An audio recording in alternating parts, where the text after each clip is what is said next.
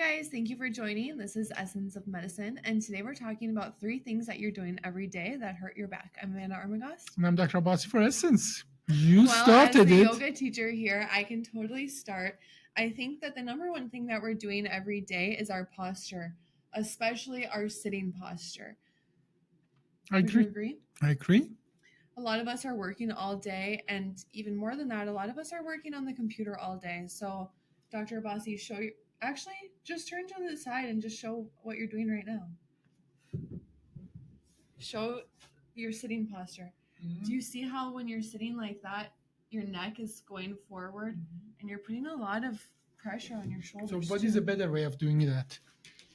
A better way of doing that is to allow your shoulders to roll back and sit a little bit more straight up, and also or even use the back of and the engage seat, your you know? core. Yeah, use the back of your seat. That's what it's there for. So true. Yeah. Do you think that crossing your legs is bad for your back too? Because when you think about it like this, when you're crossing your legs and working, for example, the reason why I asked is because I do get back pain from crossing my legs too long. When I was studying, I would sit at the desk with my legs crossed like this, reading and studying, and then every so often I would write, but I was always at a slant. Well, whenever we come to a understanding what's good for you and what's not good for you, we cannot not go back thousands and millions of years back. No, I know you make fun of me every time I go back into our history, but think about what the human, where we come from, what we were supposed to do, how we lived, what we did, what did we not do when we came to become civilized, before we became civilized. Like, did we have chairs? No. Did we have no There was a lot of squatting back then, actually. Squatting, lots of squatting, lots of walking, not much running, because the reason we know we are not good, we are not supposed to run much, is because we are just horrible at running. Like, cat is faster than us. Almost a mouse, you said. An alligator is fast, can run faster than a human. Okay, really? Yeah, absolutely. Oh, yeah, absolutely. So we are bad at that, but we are pound for pound, mile by mile, we are more efficient at walking than any other animal in the whole universe that we know of. Okay. So are you saying that not walking enough is something that we're doing to hurt our spine? You got it. Got sitting now. Did we have, when we came out, have cell phone that we have to put our head down and just hours and hours just go TikTok after TikTok and so on? No, we didn't. What did we do? Or we are looking straight. Look at people side. on a campfire. Look at people, or on the savannah, looking at distance, making sure the tiger doesn't come for us, or if there's a yummy gazelle, so how do I get the gazelle, and so on. So looking at the distance and so on, and changing position. That is, I think that's what we did. Now, what do we do now? Like, I was in a TV interview recently and was saying, 90% of the time I'm standing there and doing surgery, or sitting on a chair doing literally documentation. And that is predominates most of my daily activity to position. Yeah. But our body is not really made for that. As a matter of fact, traditionally human life was predominated as a hunter and gatherer. What do hunter and gatherer do? Lots of walking, forage. lots of searching, lots of different positions. Sometimes you have to go look at the trees. Sometimes you have to bend down and gather mushrooms, or hunting. You have to run short episode, but more than running, walking, getting to places, and so on. Crouching for a long period of time. Change of position. That is, and our biology hasn't really caught up with us, with our new civilized life. Like, our body is not made to travel 70 miles an hour, not even 30 miles an hour.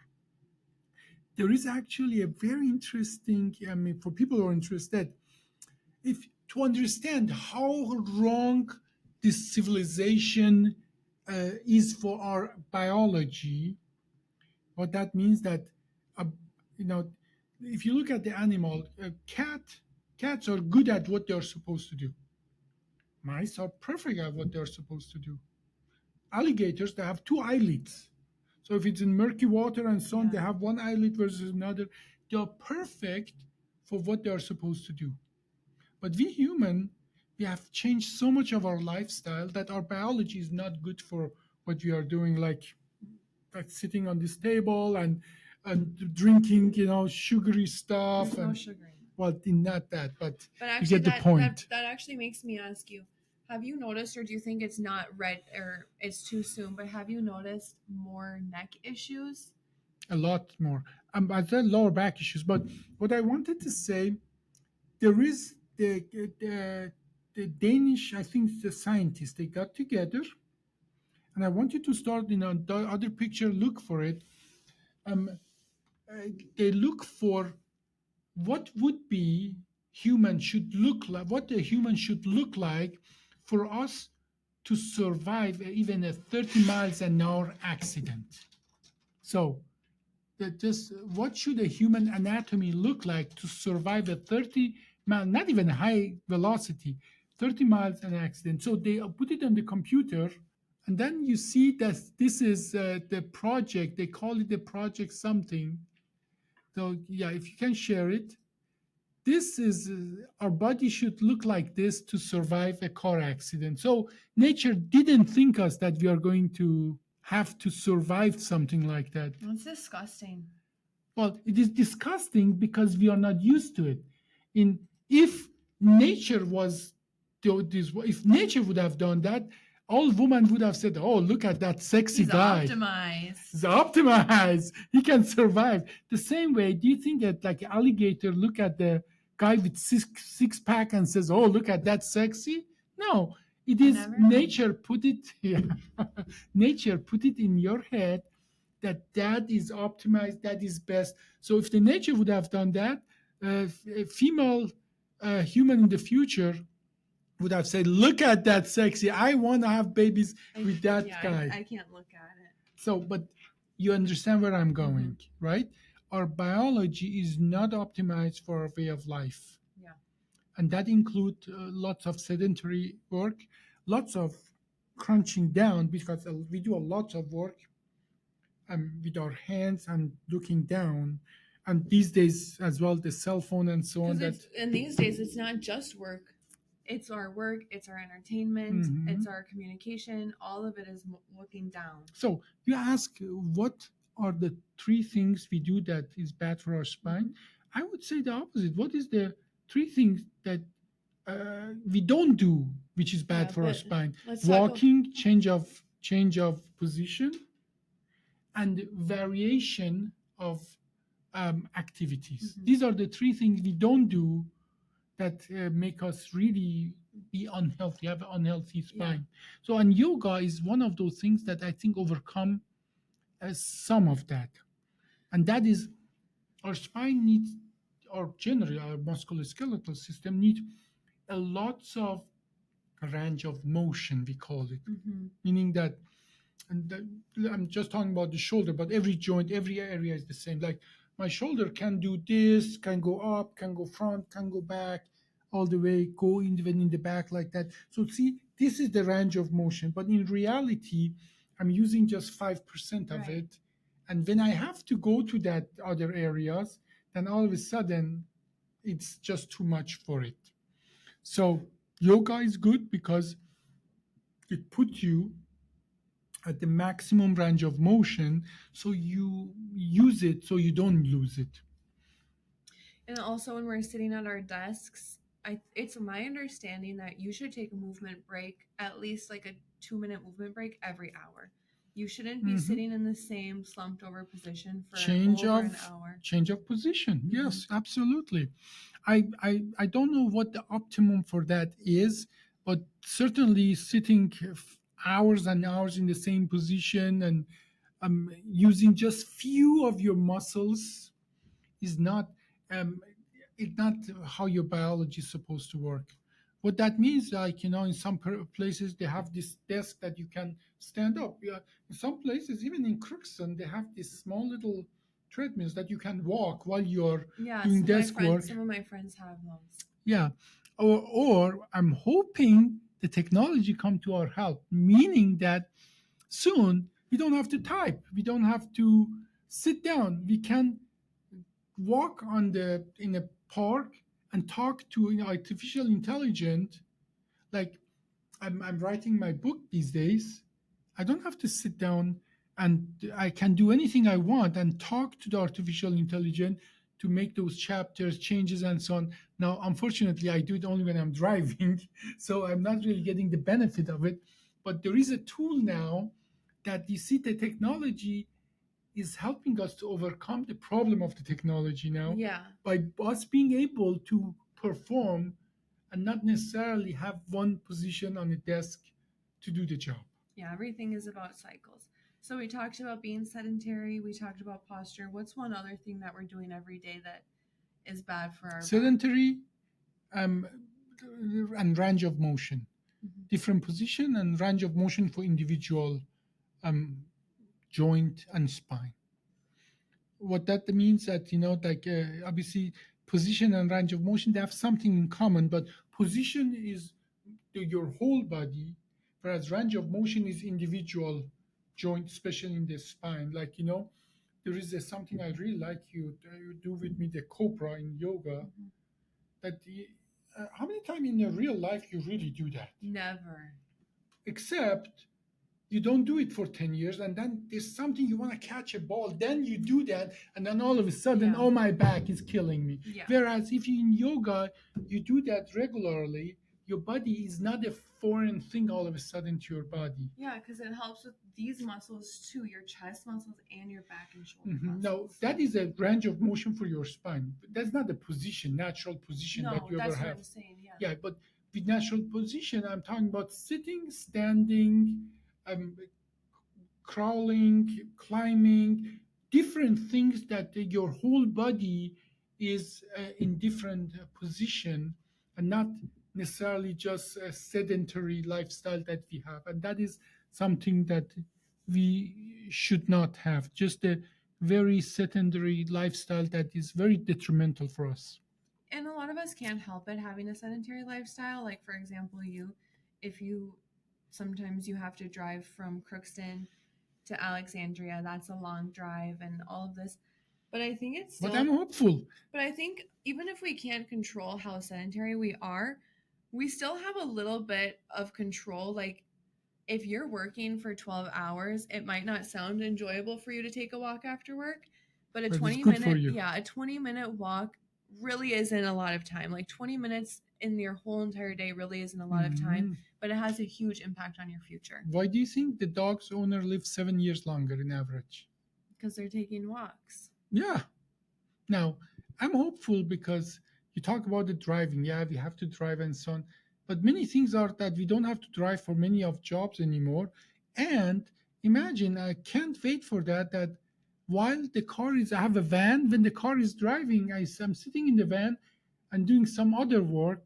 And hopefully that other work can include as well, maybe I just do some yoga poses in the van while the car is driving from here to Yeah. Crookston. Or, I mean, it depends on what country you live in. Some countries do care about that stuff, so they have more public transportation. They have trains you can walk on, or they have walkable cities. Yeah, Not yes, every country. Singapore is a very high top, but I'm talking about, in our lives here in the United States.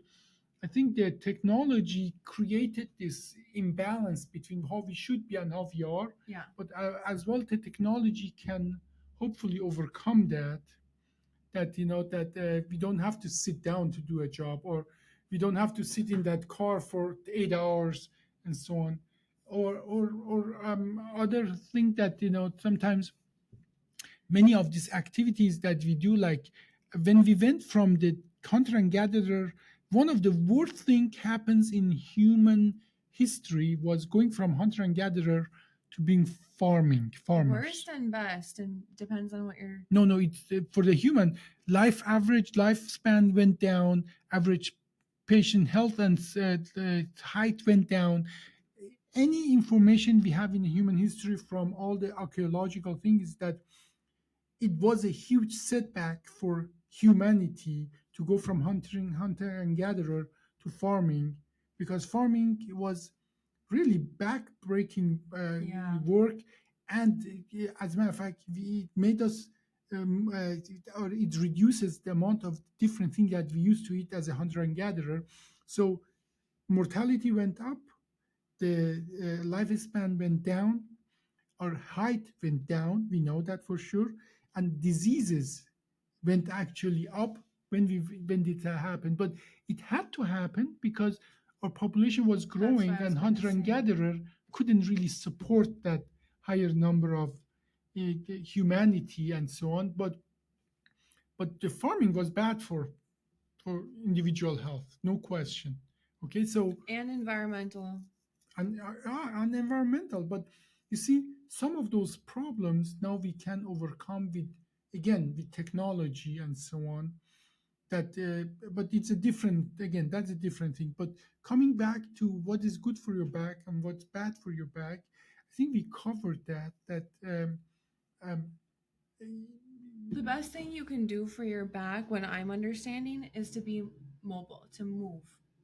and that is especially when you're elderly, when you're an elderly, and your uh, body has limited amount of reserves, and if you don't use your body to the maximum of what you can, that maximum always becomes lower and lower. Mhm. So keeping, especially in what we do as in spine surgery, is our first most important goal is keep the elderly on their feet and keep them going.